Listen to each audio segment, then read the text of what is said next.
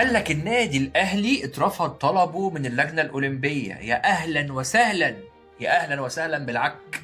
امال فين مستنداتنا وفين موقفنا القانوني القوي وفين الدنيا وفين الليله وفين الناس اللي جوه النادي المسؤولين عن الاستشارات القانونيه؟ فين الناس اللي مسؤولين عن اللوائح اللي بيأكدوا ان المفروض موقف الاهلي قانوني وسليم؟ لا، تعال اقول لك بقى ان موقف الاهلي مش سليم اطلاقا. واكبر دليل على كده الورق اللي خرج متسرب، والاهلي كان قاصد ان هو يسربه. الورق اللي راح للجنه التظلمات في حيثيات النادي الاهلي اللي بيطلب بيها ومن خلالها اعاده المباراه. بص يا باشا كده واحده واحده على الحيثيات وافهم الكلام كويس.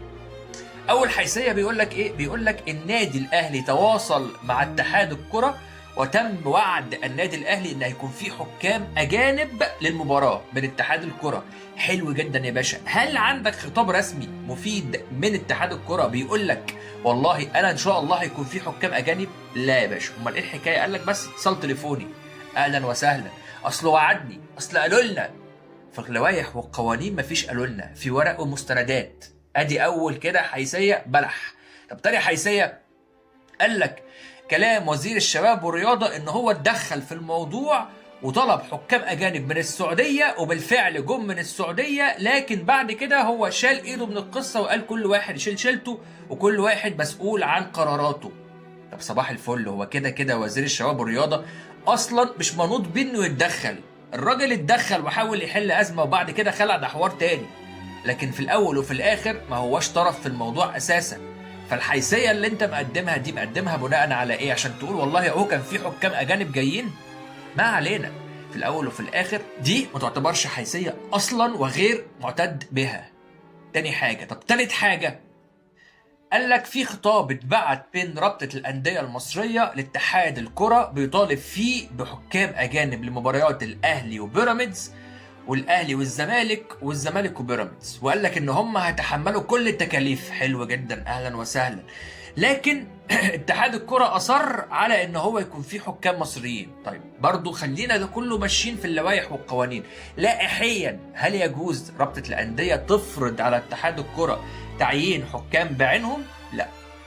القصة كلها مجرد طلب فقط لا غير. اتحاد الكرة يقبل الطلب يرفض الطلب، مش بتاعنا وما يخصناش. فبالتالي ده طلب من رابطة الأندية لاتحاد الكرة، واتحاد الكرة ما خدش بيه.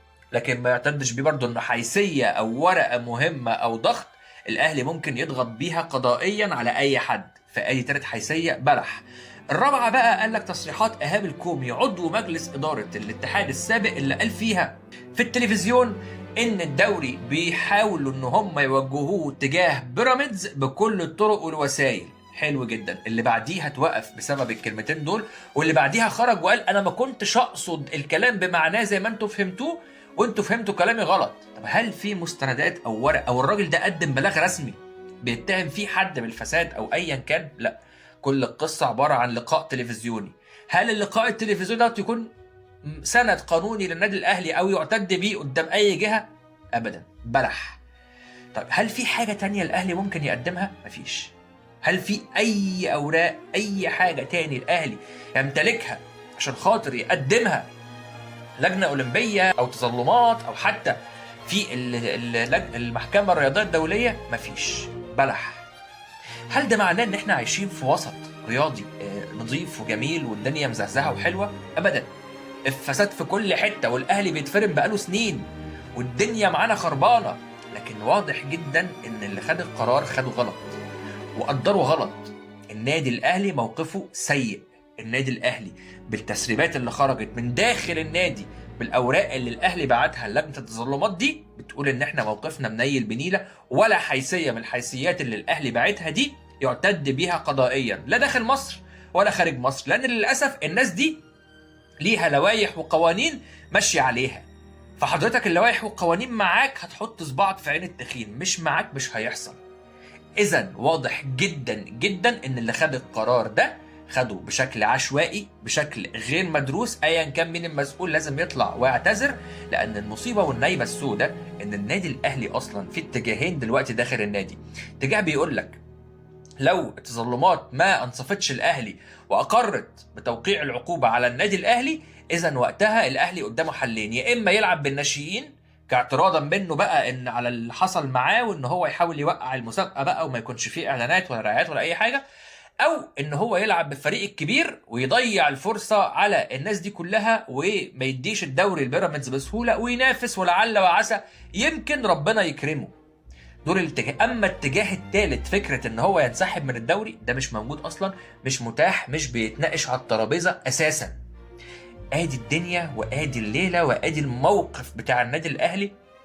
وعلى فكره اللايف اللي انا عملته ناس كتير جدا كانت معترضه معايا في قصه الراي اللي انا بقوله، بس انا بتكلم مش بشكل امنيات، انا بتكلم بشكل عقلاني. انا امنيتي ان الماتش يتعاد طبعا، وان احنا نفرم الزمالك ونحط عليهم ونبص يعني كل حق وناخد حقنا، لكن انا بتكلم في المنطق وفي الواقع وعلى حسب الحيثيات اللي خارجه من النادي الاهلي دي بتقول ان احنا موقفنا منيل بنيله، وان احنا حقنا تقريبا ضاع على المسؤول على قرار الانسحاب، وعلى المسؤول ان احنا ناخد الموقف ده وهو غير مدروس، وان احنا موقفنا غير سليم، يطلع يعتذر لكل واحد اهلاوي على كل المشاكل وكل العواقب اللي حصلت للنادي الاهلي بسبب الحاجات دي كلها لحد دلوقتي.